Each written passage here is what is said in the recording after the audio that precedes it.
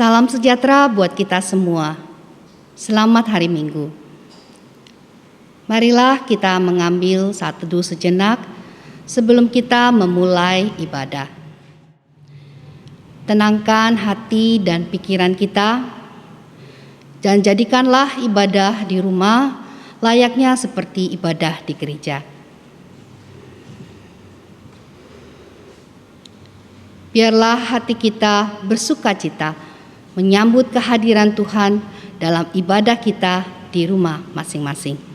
Marilah kita berdiri, kita meyakini bahwa ibadah online ini terjadi karena pertolongan kita ialah di dalam nama Allah, pencipta langit dan bumi, yang kasih setianya kekal selama-lamanya.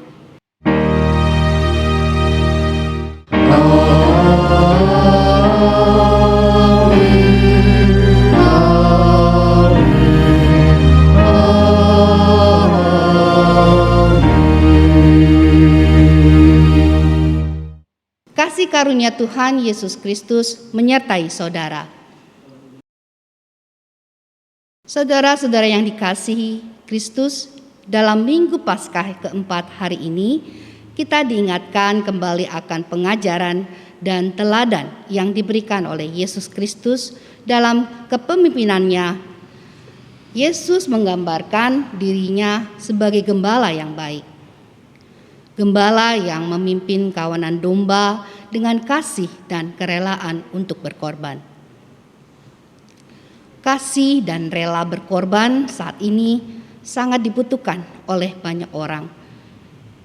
Bencana dan kesulitan hidup membuat orang sulit mempertahankan kehidupan yang layak. Disinilah baik pribadi maupun gereja kita dipanggil tidak hanya sebagai domba-domba dari gembala yang baik, yang tidak tamak namun mau berbagi. Tetapi juga Tuhan menitipkan peran kepemimpinan yang harus dilakukan dengan penuh cinta dan pengorbanan. Melalui tema khotbah Minggu Paskah keempat ini, mengembalakan bukan dengan kuasa. Marilah kita dengan sadar dan sukacita, tidak mencari kepentingan sendiri, tetapi mau melayani seorang akan yang lain dengan kasih dan pengorbanan. Umat Tuhan, marilah dengan berdiri kita menyanyikan pujian KJ 407 bait 1-3, Tuhan Kau Gembala Kami.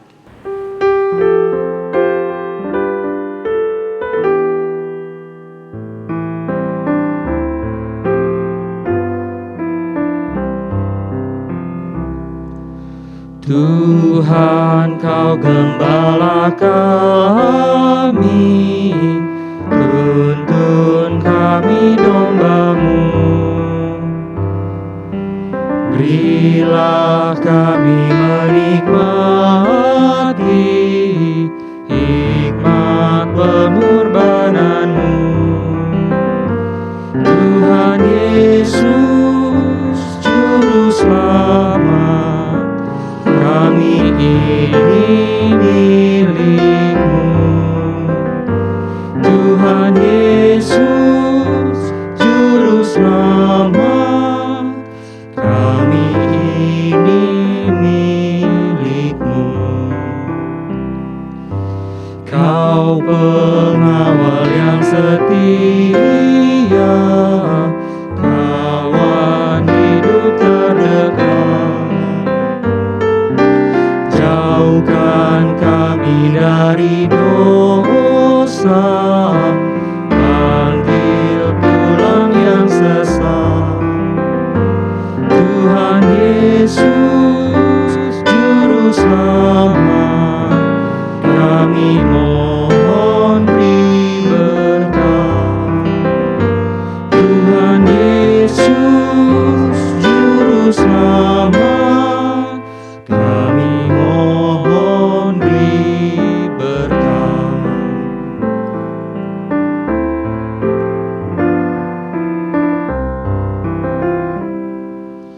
Janji-Mu Kau terima kami, walau hina bercela.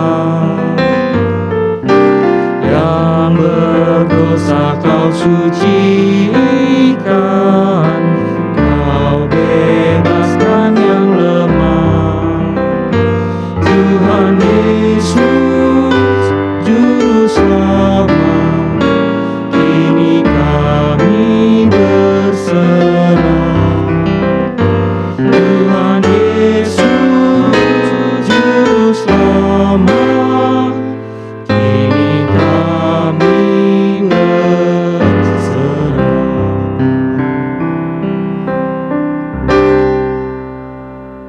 Saudara-saudara, saya mengajak kita hening sejenak.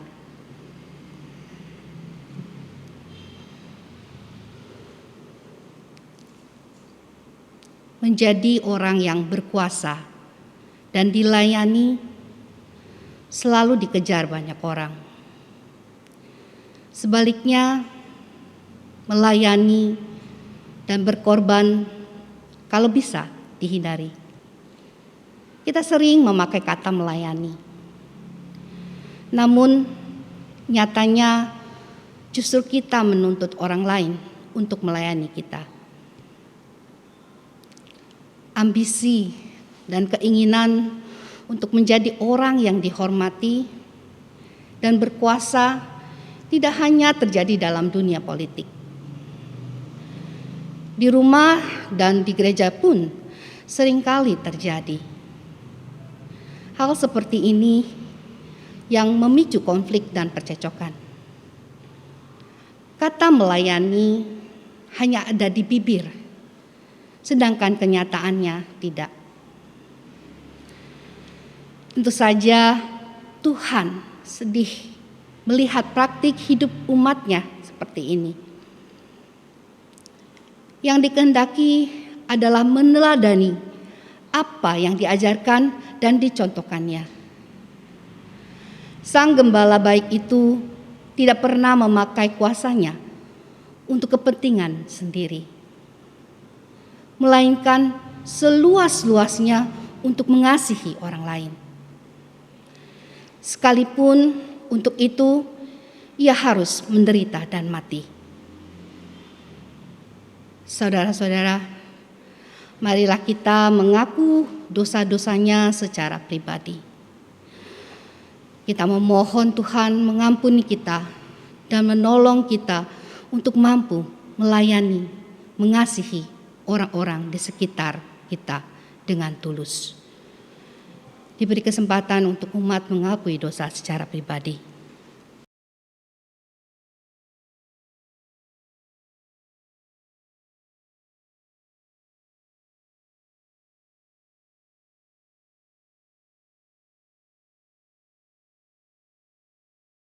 Tuhan, inilah pengakuan dosa kami. Kami yang kami sampaikan dengan tulus dan jujur di hadapan-Mu. Ampunilah seturut dengan belas kasihan-Mu ya Tuhan. Di dalam nama Tuhan Yesus Kristus kami memohon dan kami berdoa kepada Bapa di surga. Amin. Barang siapa mengakui dosanya dengan sungguh-sungguh di hadapan Tuhan dan bertekad untuk tidak melakukan dosa yang sama kepadanya diberikan pada kita, yaitu berita anugerah yang dimana diambil dari Efesus 4 ayat yang 31 sampai 32. Demikian bunyinya. Segala kepahitan, kegeraman, kemarahan, pertikaian dan fitnah hendaklah dibuang dari antara kamu. Demikian pula segala kejahatan. Tetapi hendaklah kamu ramah seorang terhadap yang lain, penuh kasih, mesra dan saling mengampuni, sebagaimana Allah di dalam Yesus Kristus telah mengampuni kamu. Demikianlah berita anugerah dari Tuhan. Damai Tuhan besertamu. Marilah umat Tuhan kita mempersiapkan diri untuk mendengarkan firman Tuhan dengan menyanyikan pujian dari KJ 382 bait 1 sampai 3, Ya Yesus terkasih.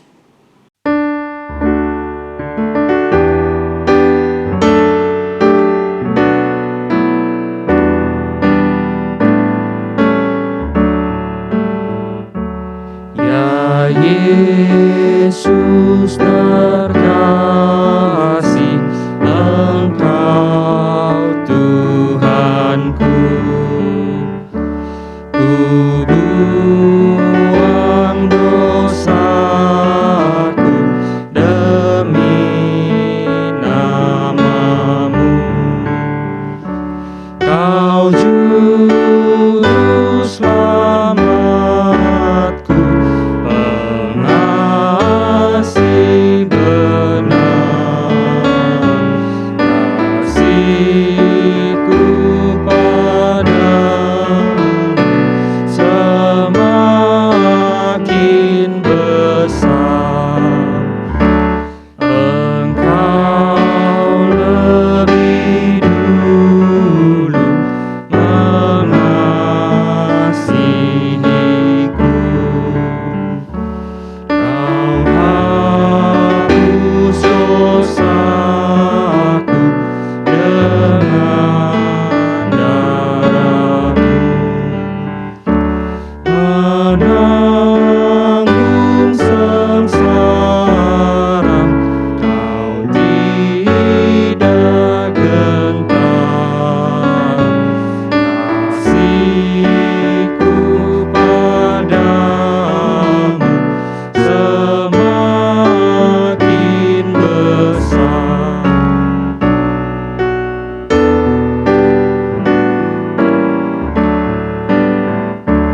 Selama ku hidup, ku puji terus kasih-Mu yang tulus, kekal dan kudus.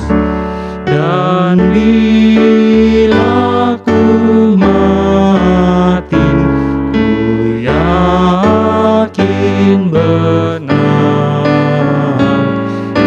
kasih-Ku padamu semakin besar. Ibu Bapak yang dikasihi Tuhan, saya mengajak kita semua untuk bersama-sama berdoa. Bapa di dalam Yesus Kristus, Sang Gembala baik, kami datang pada saat ini memohon kuat kuasa Roh-Mu yang kudus menolong kami, agar kami memahami, mengerti apa yang diajarkan oleh Gembala baik, yaitu Yesus Kristus. Ajaran yang baik ini biarlah dapat dicerna, dimengerti, lalu kami terapkan dalam hidup sehari-hari, supaya dengan demikian kehidupan kami berbuah. Bapa di surga, Engkau yang menolong setiap anak-anak-Mu yang terlibat dalam pembacaan Alkitab, juga media online yang kami pakai ini, sehingga tanpa hambatan kami dengan jelas mendengar maksud dan kehendak Bapa. Berbicaralah kepada setiap kami ya Bapa, kami anak-anak-Mu, domba-domba-Mu, siap mendengar suara Sang Gembala, siap untuk melakukannya. Dalam nama Tuhan kami Yesus Kristus, Sang Gembala baik itu, kami berdoa kepada Bapa di surga. Amin. Bacaan pertama dari Kisah Para Rasul pasal 4 ayat 5 hingga ayat yang ke-12.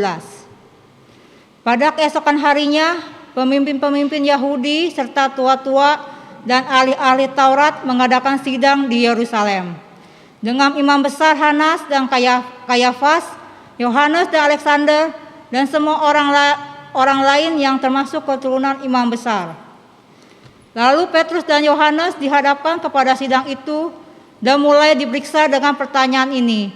Dengan kuasa manakah atau dalam nama siapakah kamu bertindak demikian itu? Maka jawab Petrus penuh dengan Roh Kudus, hai pemimpin-pemimpin umat dan tua-tua. Jika kami sekarang harus diperiksa karena suatu kebajikan kepada seorang sakit dan harus menerangkan dengan kuasa manakah orang itu disembuhkan, maka ketahuilah oleh kamu sekalian dan oleh seluruh umat Israel bahwa dalam nama Yesus Kristus orang Nazaret yang telah kamu salibkan, tetapi yang telah dibangkitkan Allah dari antara orang mati, bahwa oleh karena Yesus itulah orang ini berdiri dengan sehat sekarang di depan kamu. Yesus adalah batu yang dibuang oleh tukang-tukang bangunan, yaitu kamu sendiri, namun ia telah menjadi batu penjuru.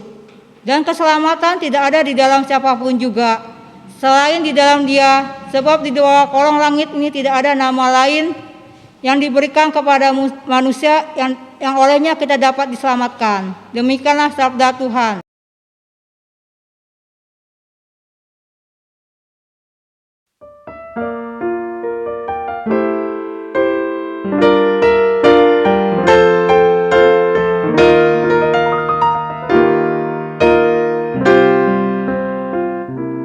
Kau Tuhan adalah gembalaku yang baik, ku tak akan kekurangan, sebab Kau besertaku.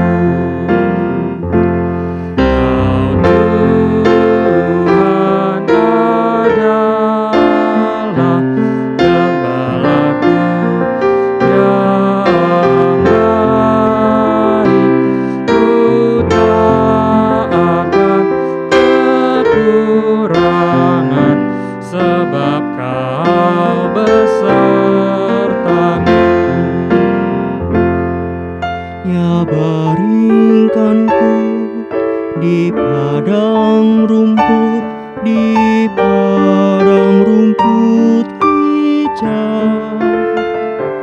Ya bimbing aku ke air tenang dan segarkan jiwa.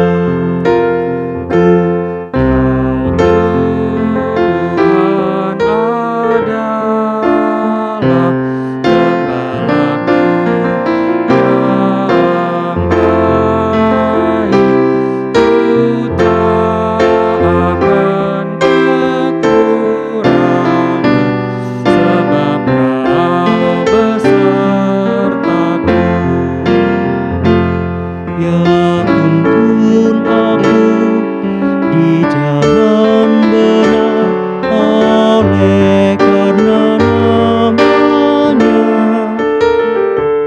Walau berjalan di lembah gelap, ku tak takut bahaya.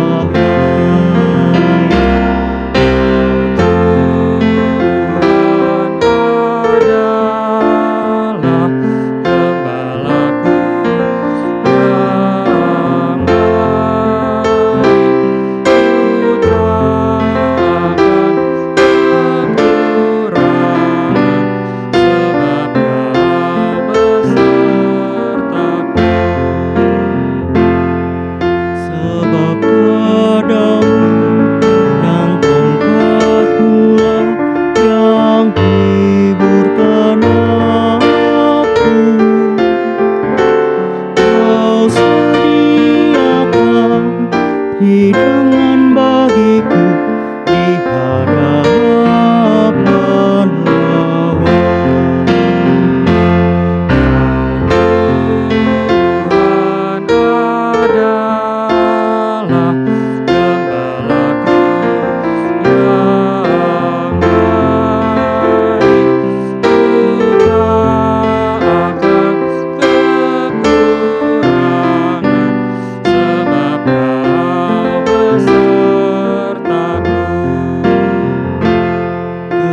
Kebajikan dan kemurahan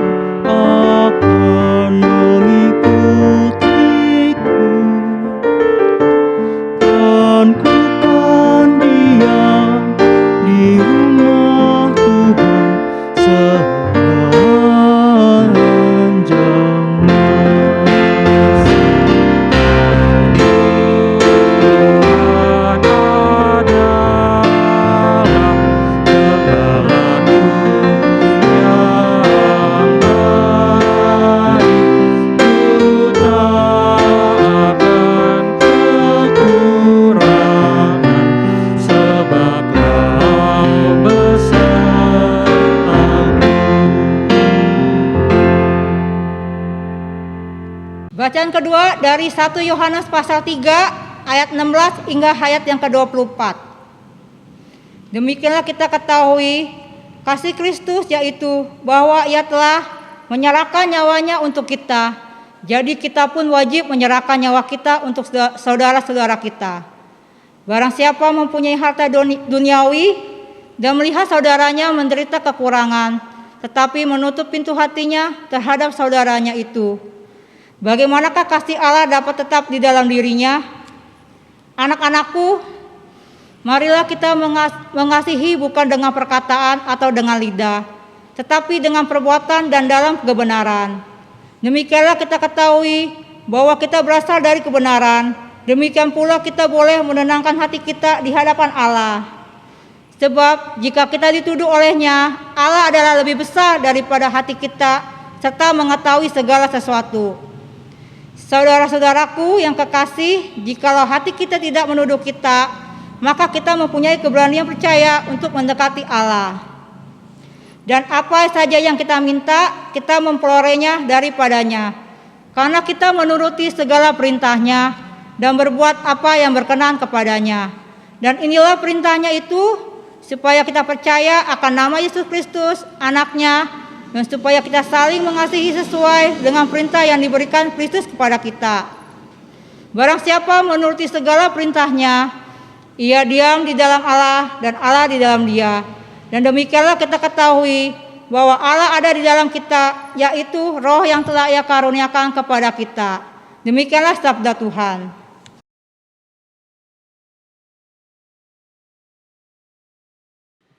Bapak Ibu yang dikasihi dan mengasihi Tuhan Yesus, pembacaan Injil pada minggu ini terambil dari Injil Yohanes. Yohanes pasalnya yang ke-10 ayat 11 sampai dengan ayatnya yang ke-18. Inilah Injil Tuhan Yesus Kristus menurut Yohanes pasal 10 ayatnya yang ke-11 sampai 18. Simak dan dengarkanlah Injil Tuhan Yesus Kristus. Akulah gembala yang baik. Gembala yang baik memberikan nyawanya bagi domba-dombanya. Sedangkan seorang upahan yang bukan gembala dan yang bukan pemilik domba-domba itu sendiri, ketika melihat serigala datang, meninggalkan domba-domba itu lalu lari, sehingga serigala itu menerkam dan mencerai-beraikan domba-domba itu.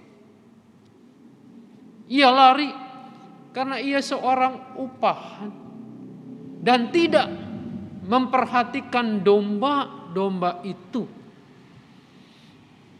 Akulah gembala yang baik, dan aku mengenal domba-dombaku, dan domba-dombaku mengenal aku. Sama seperti Bapa mengenal aku, dan aku mengenal Bapa. Dan aku memberikan nyawaku bagi domba-dombaku. Ada lagi padaku domba-domba lain yang bukan dari kandang ini. Domba-domba itu harus kutuntun juga. Dan mereka akan mendengarkan suaraku dan mereka akan menjadi satu kawanan. Satu dengan satu gembala. Bapa mengasihi aku, oleh karena aku memberikan nyawaku untuk menerimanya kembali.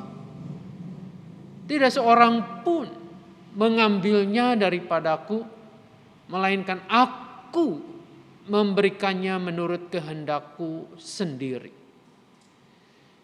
Aku berkuasa memberikannya dan berkuasa mengambilnya kembali. Inilah tugas yang kuterima dari Bapakku. Demikianlah pembacaan Injil Tuhan Yesus Kristus. Tuhan Yesus berkata, yang berbahagia adalah setiap kita yang mau mendengarkan firman Tuhan dan memeliharanya. Haleluya. Haleluya, haleluya.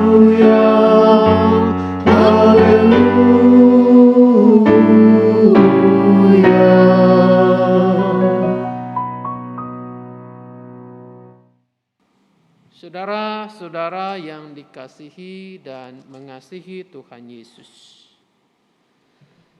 mengembalakan bukan dengan kuasa. Inilah yang beberapa saat ke depan kita akan renungkan firman ini. Bacaan yang kita ambil tadi satu dengan yang lain berkaitan. Saudara yang dikasihi dan mengasihi Tuhan Yesus, gembala dan domba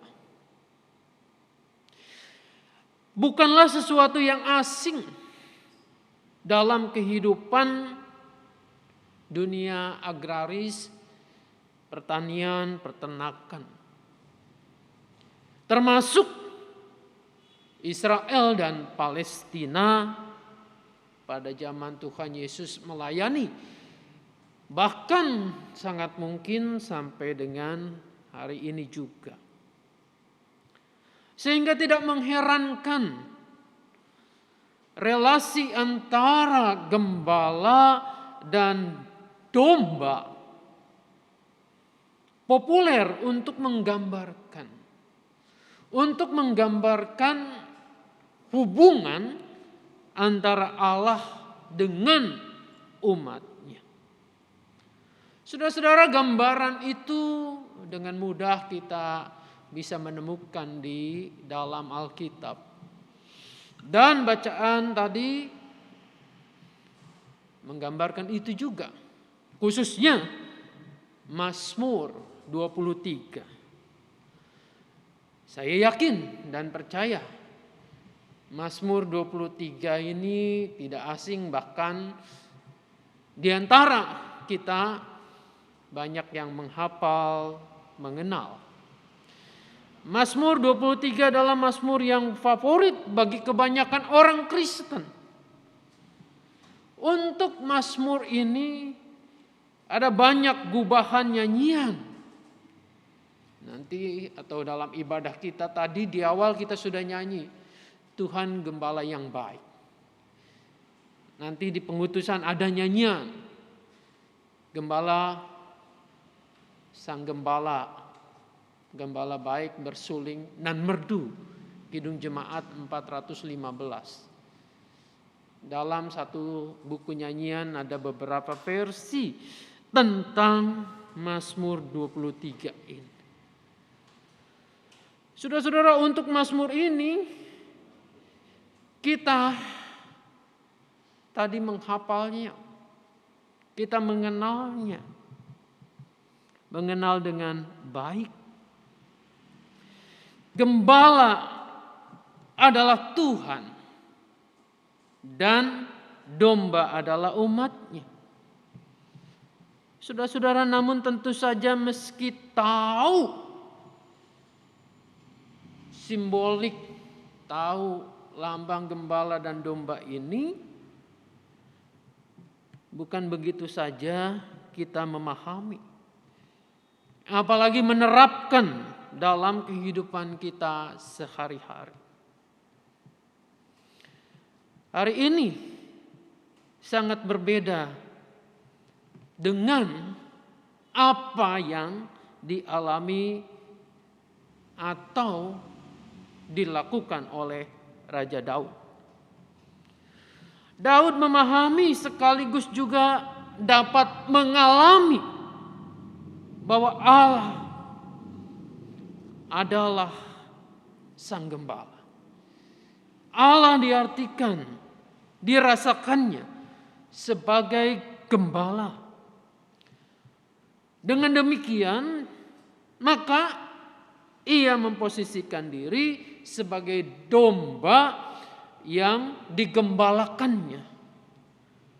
Kawanan yang digembalakan oleh Allah sendiri. Saudara-saudara, apa yang ada dalam benak Daud ketika ia mengatakan, Tuhan adalah gembalaku? Ya, saya menduga tentu saja ia merasakan bahwa Tuhan itu sebagai pelindung dirinya. Pelindung. Gembala itu pelindung bagi domba.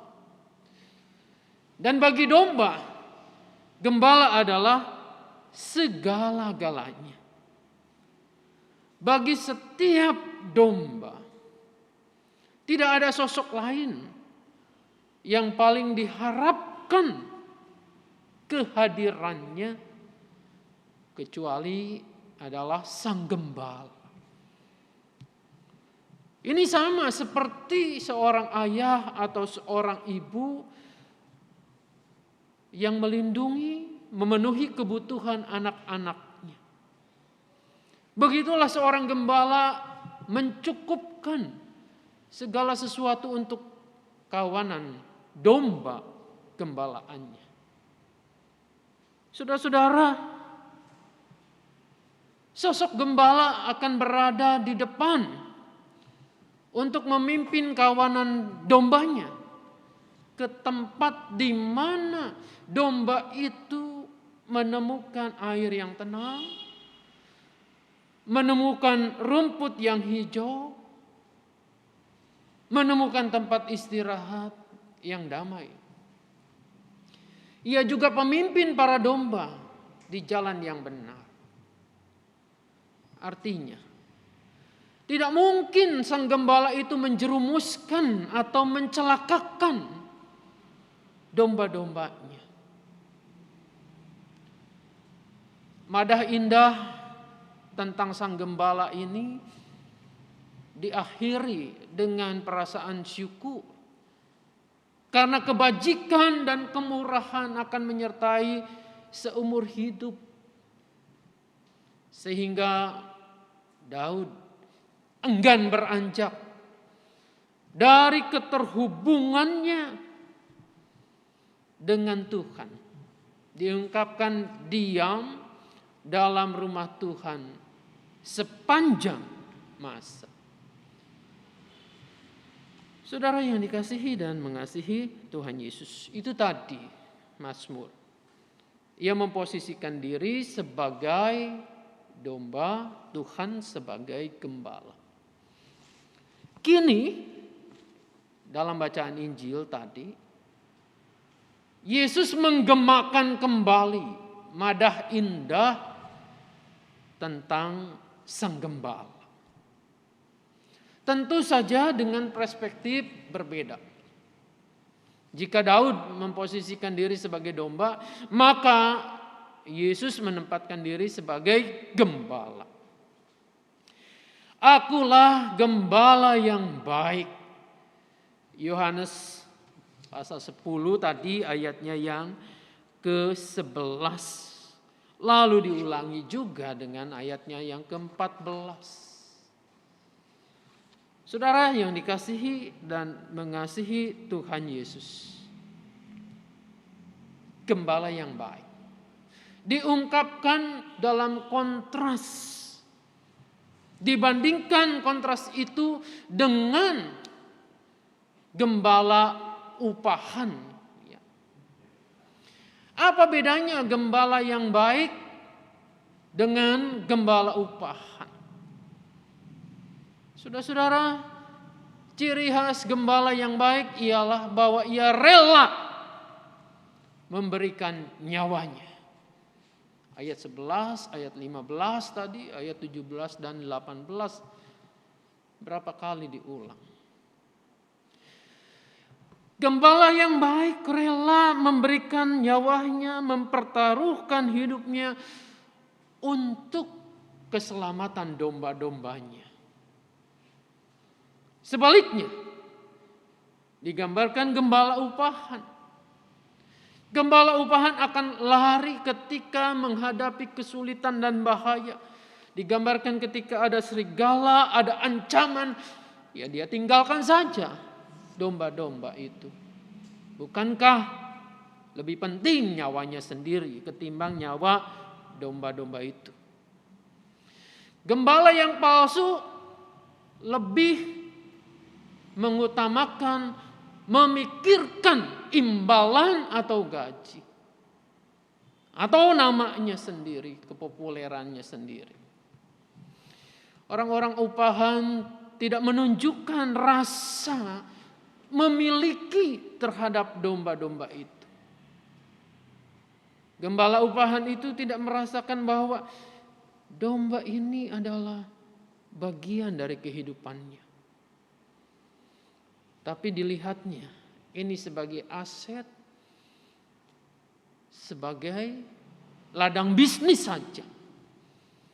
Gembala upahan yang dimaksudkan oleh Yesus adalah para pemimpin Yahudi. Konteksnya pada saat itu. Kebanyakan pemimpin Yahudi memanfaatkan umatnya untuk kepentingan sendiri. Mereka mengutuk dan mengucilkan rakyatnya sendiri.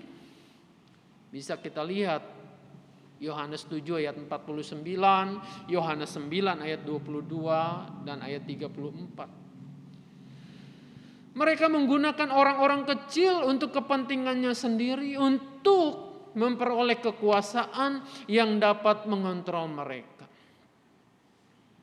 Saudara-saudara, bukankah ini berlaku tidak hanya pada zaman itu, tetapi pada saat sekarang pun?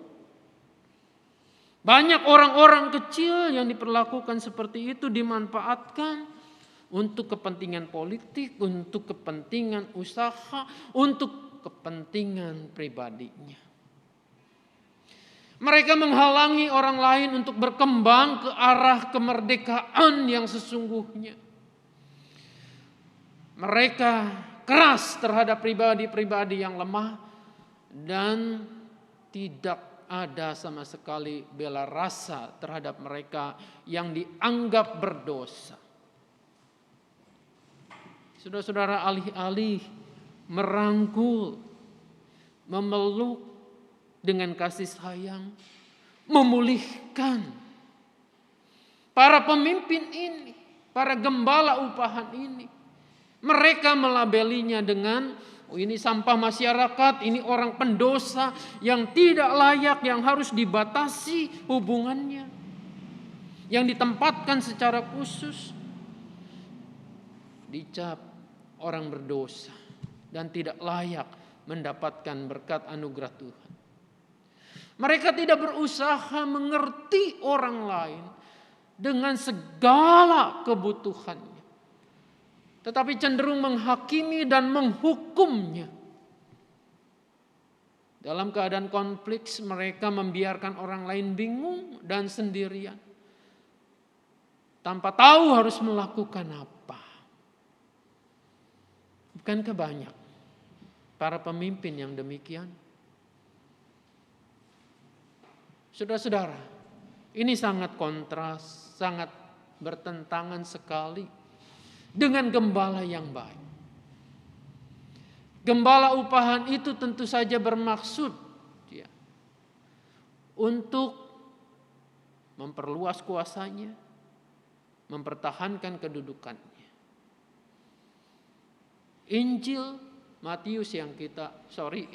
Yohanes yang kita baca ini sebenarnya mau mengingatkan kembali apa yang pernah dulu diucapkan, diajarkan Yesus sebagai bentuk tantangan bagi para pemimpin jemaat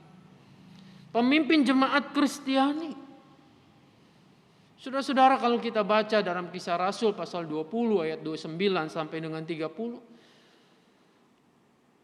para pemimpin jemaat Kristen, para penatua di Asia Kecil, itu diajak oleh Rasul Paulus untuk melindungi jemaat terhadap serigala-serigala yang masuk ke tengah-tengah mereka. Atau bahkan akan muncul serigala ini di antara mereka sendiri. Jadi maksud saya begini. Yesus pernah mengajarkan bahwa akulah gembala yang baik. Lalu kemudian Injil ini sebagaimana kita tahu dituliskan sesudah Yesus berkarya. Dan ketika kekristenan mulai terus berkembang, dalam perkembangannya ini, murid-murid Tuhan, orang-orang Kristen berhadapan dengan banyak tantangan, banyak penguasa yang menindas mereka. Bagaimana peran serta para pemimpin jemaat ini? Diharapkan para pemimpin jemaat ini ya mencontoh kehidupan mereka, mencontoh Sang Gembala Agung. Bukan melarikan diri, bukan kemudian melindungi kepentingannya, tetapi membela, mempertahankan. Nah, dampaknya ini pun harus kita sadari, di sepanjang masa umat Tuhan pasti akan mengalami hal-hal yang tidak mudah juga. Maka sebagai pemimpin-pemimpin, tanda petik, gembala-gembala kecil ini harus betul-betul care, memelihara dengan baik, memperhatikan. Saudara-saudara, mereka atau kita juga diingatkan kembali akan peran serta kepemimpinan yang harus dikembangkan. Apa yang harus dikembangkan itu? Yaitu bukan menjadi gembala upahan. Bukan menjadi gembala dengan mengatasnamakan kuasa yang menekan, yang menindas, yang memanfaatkan. Melainkan bercerminlah kepada Sang Gembala Agung, yaitu Yesus Kristus.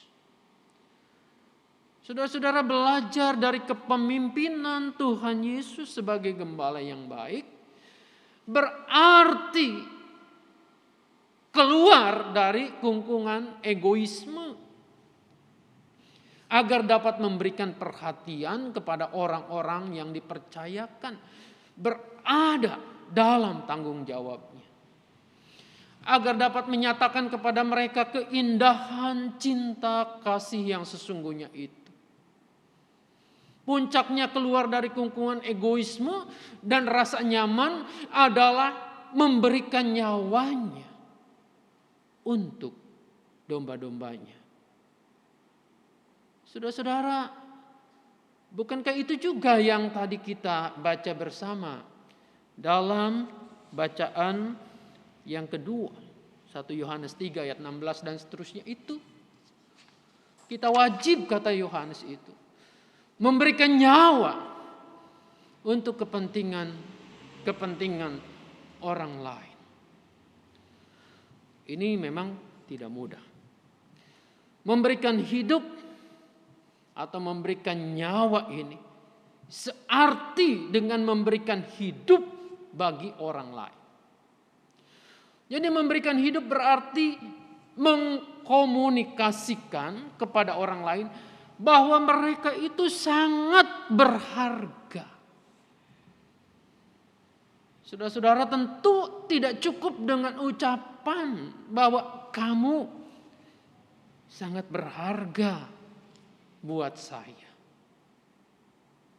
Saudara-saudara, ini harus dibuktikan dengan segala karya untuk kebaikan orang lain itu. Sebab percuma saja seseorang mengatakan kepada orang lain bahwa kamu berharga, tapi nyatanya tidak berbuat apapun ketika mereka mengalami kesulitan, mengalami kegagalan, atau ketika mereka membutuhkan sesuatu dan hidup dalam penderitaan. Kemudian kita hanya mengatakan, ya saya peduli, saya mendoakan.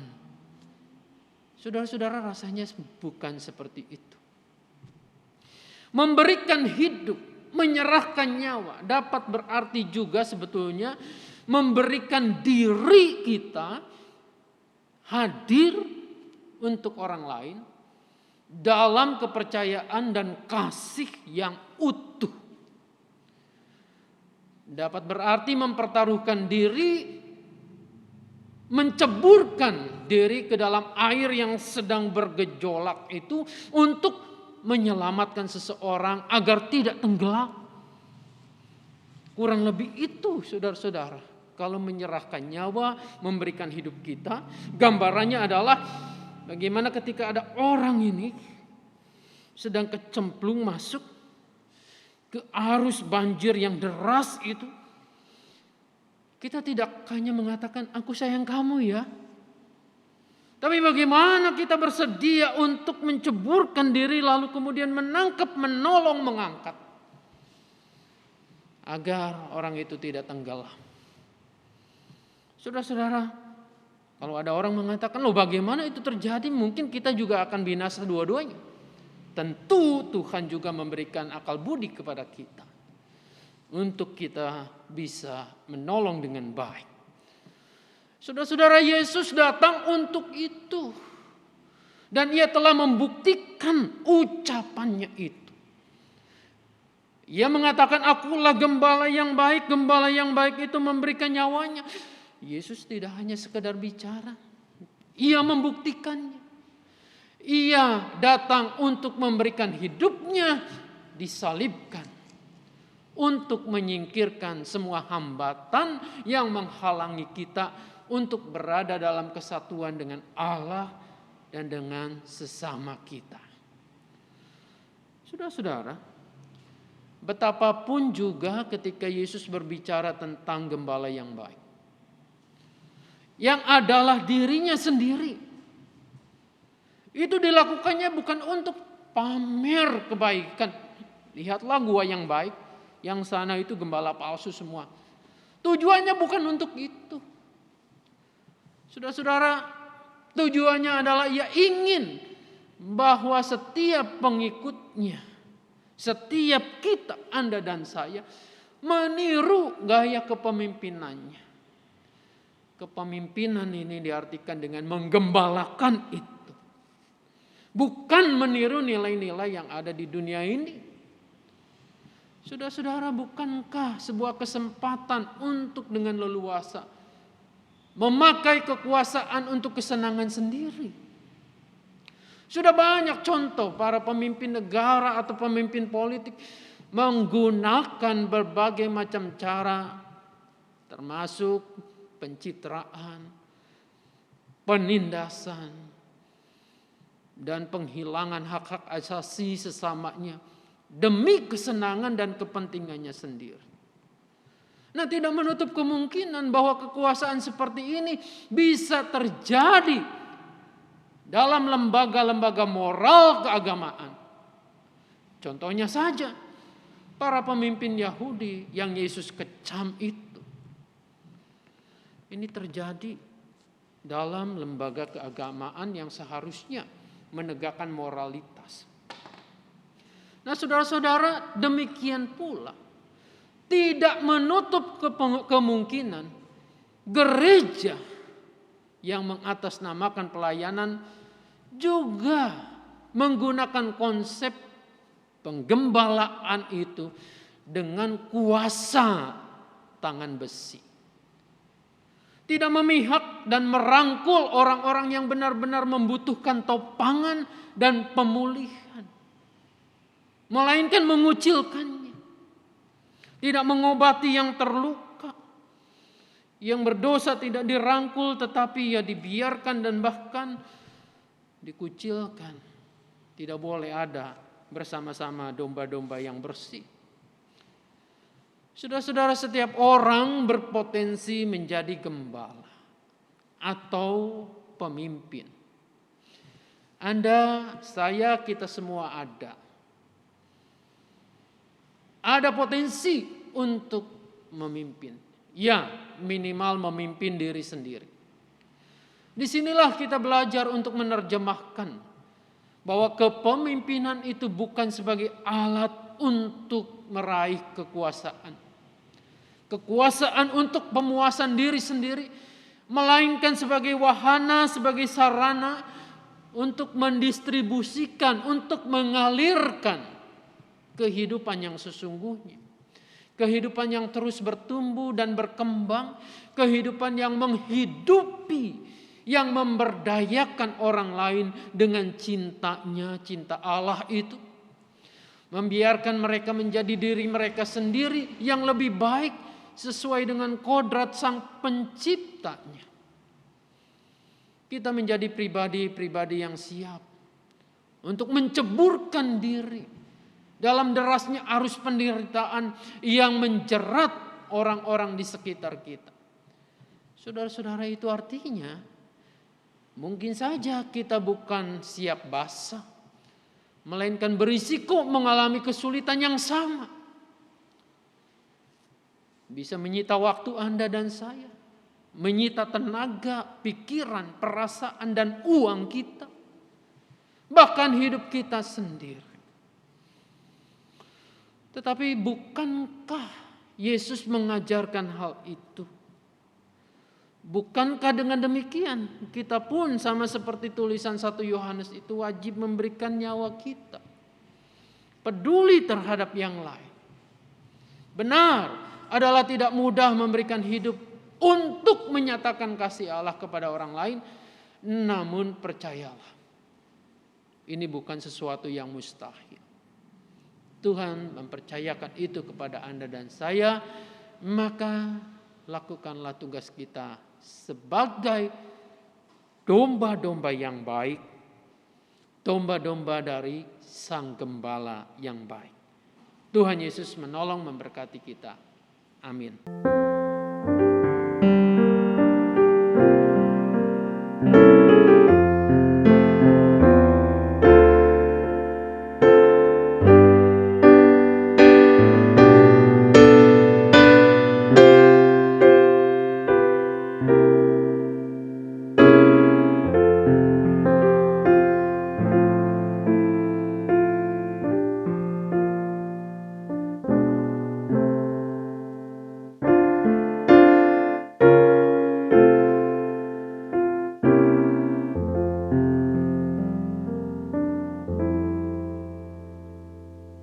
Umat Tuhan, marilah kita bersama orang percaya dari segala tempat dan abad, kita mengucapkan pengakuan iman kita sesuai dengan pengakuan iman rasuli.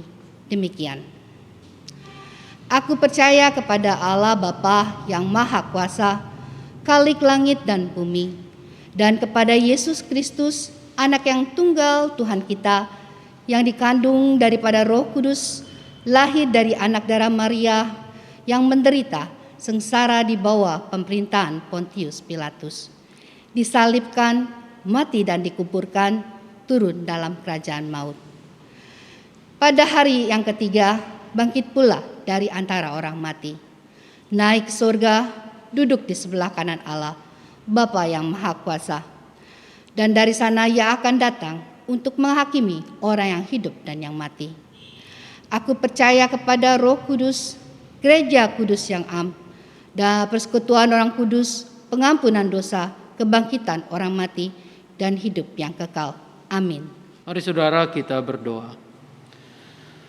Bapa di surga, terima kasih untuk apa yang Engkau boleh ingatkan buat kami semua. Kami mempunyai Gembala Agung, Yesus Kristus, yang rela berkorban menyerahkan nyawanya.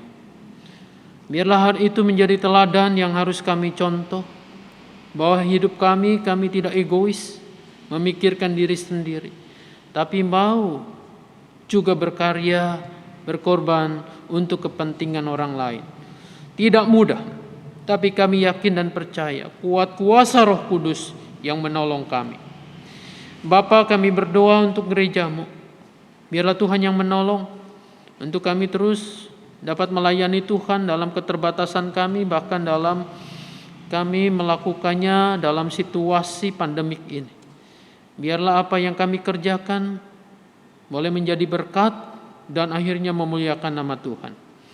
Kami percayakan setiap program pelayanan kami ke dalam tangan Bapa. Kiranya Engkau berkenan memakai, menjadikannya sebagai alat cinta kasih-Mu.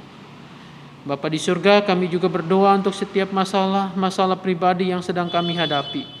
Di dalam rumah kami sendiri, rumah tangga kami, dalam kehidupan ekonomi, dalam kesehatan kami, dan setiap pergumulan kami. Kami percaya bahwa Sang Gembala baik itu tidak pernah membiarkan kami sendiri. Engkau yang akan menolong, sama seperti apa yang dilakukan oleh Daud. Kami yakin benar bahwa Tuhan pasti menyertai kami. Bapa di surga, kami juga mau berdoa untuk kegiatan anak-anak kami dalam sekolah. Tuhan berkati mereka. Biarlah mereka tumbuh menjadi anak-anak yang baik, yang dapat memuliakan nama Tuhan meskipun dalam suasana yang serba terbatas ini. Bapa, kami percayakan hidup kami, pelayanan kami, pekerjaan kami ke dalam tangan kasih Bapa. Di dalam nama Tuhan kami Yesus Kristus yang sudah mengajar kami berdoa.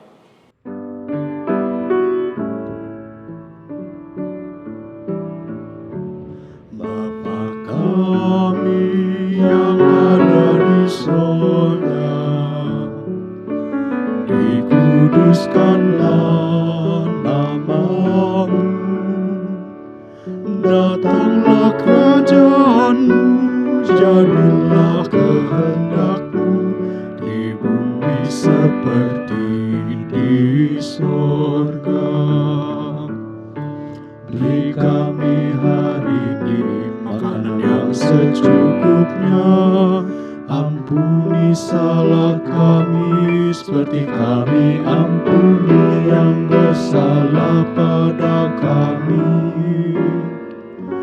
Jangan bawa kami ke dalam pencobaan, melainkan lepaskan kami dari yang jahat. Sebab Kaulah yang punya kerajaan dan kuasa dan kemuliaan sampai selama-lamanya. Amin.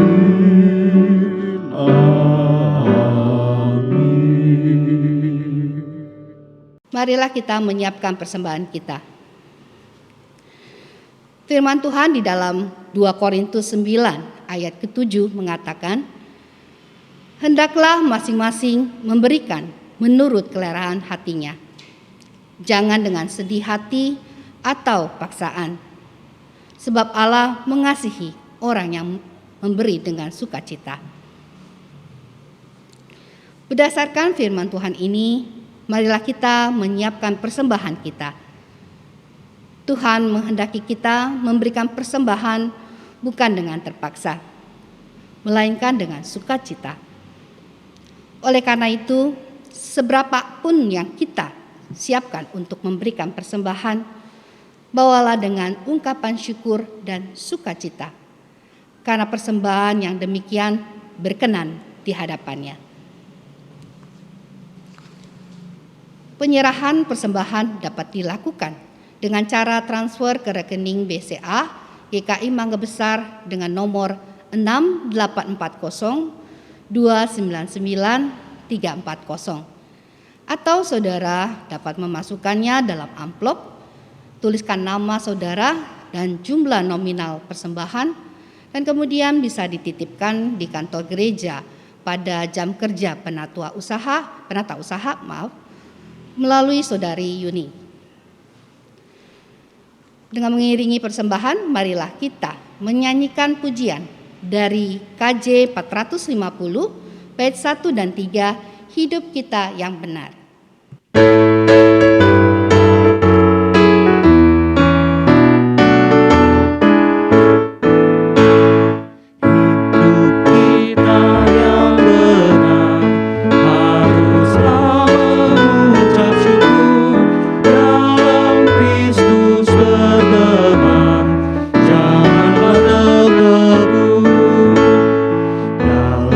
Susah pun senang dalam segala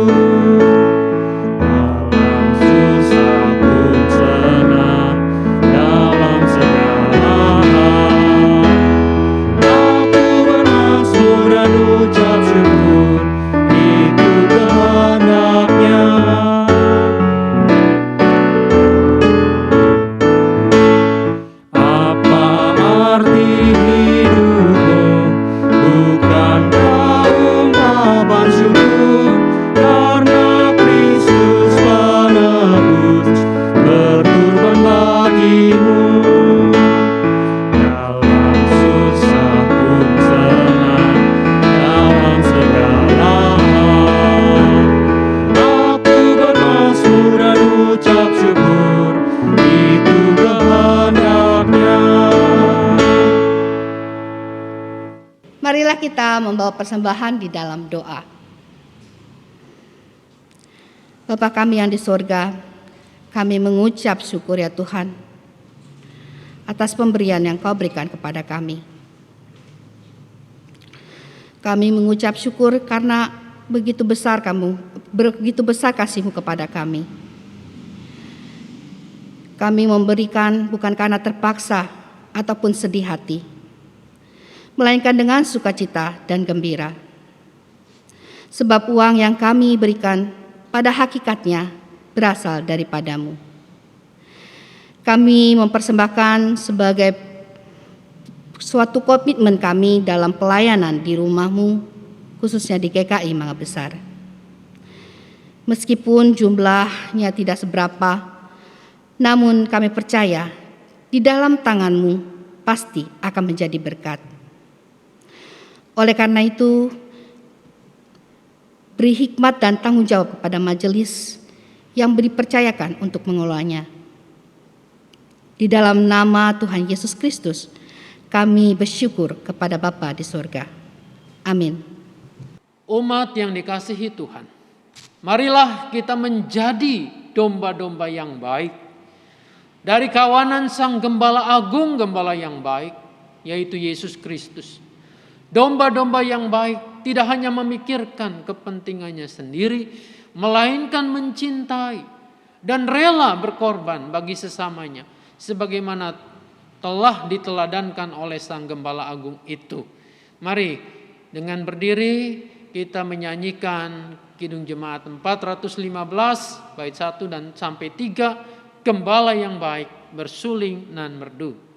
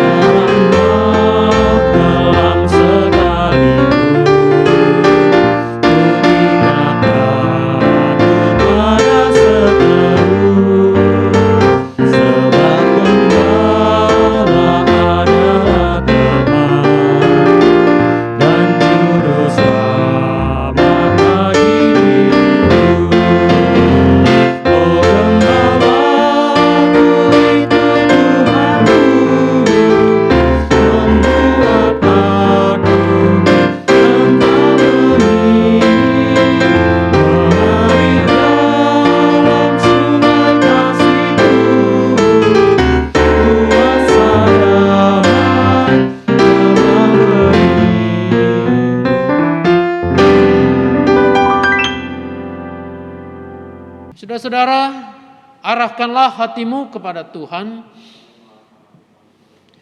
Jadilah saksi Tuhan. Terpujilah Tuhan. Kembalilah ke dalam kehidupan dan tugas tanggung jawab saudara dan terimalah berkat Tuhan. Tuhan memberkati engkau dan melindungi engkau. Tuhan menyinari engkau dengan wajah-Nya dan memberi engkau kasih karunia. Tuhan menghadapkan wajah-Nya kepadamu dan memberi engkau damai sejahtera.